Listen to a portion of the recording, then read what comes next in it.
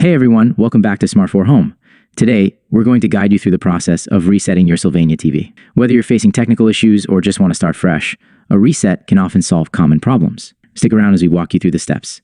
But before we begin, don't forget to subscribe to our channel and hit the bell icon to stay updated with our latest tech tutorials.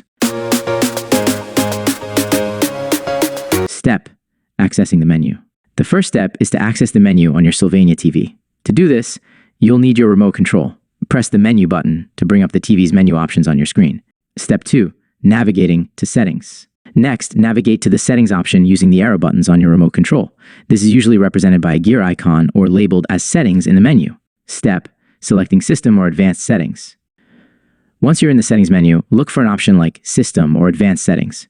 This is where you'll find the reset option. Use the arrow keys to highlight and select this option. Step 4. Initiating the reset. In the System or Advanced Settings menu, you should see a Reset option. Select it to proceed. You may be prompted to enter a PIN or confirm your action. Follow the on-screen prompts to initiate the reset process. Step 5. Confirming the reset. After selecting Reset, you'll typically see a confirmation message asking if you want to proceed. Confirm your choice by selecting Yes or OK. Your TV will then begin the reset process, which may take a few moments. Step 6. Restarting the TV. Once the reset is complete, your Sylvania TV will restart automatically.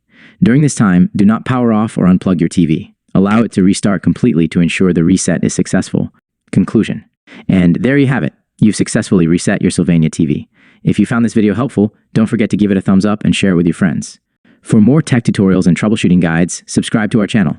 If you have any questions or suggestions for future videos, let us know in the comments below. Thank you for watching, and see you next time.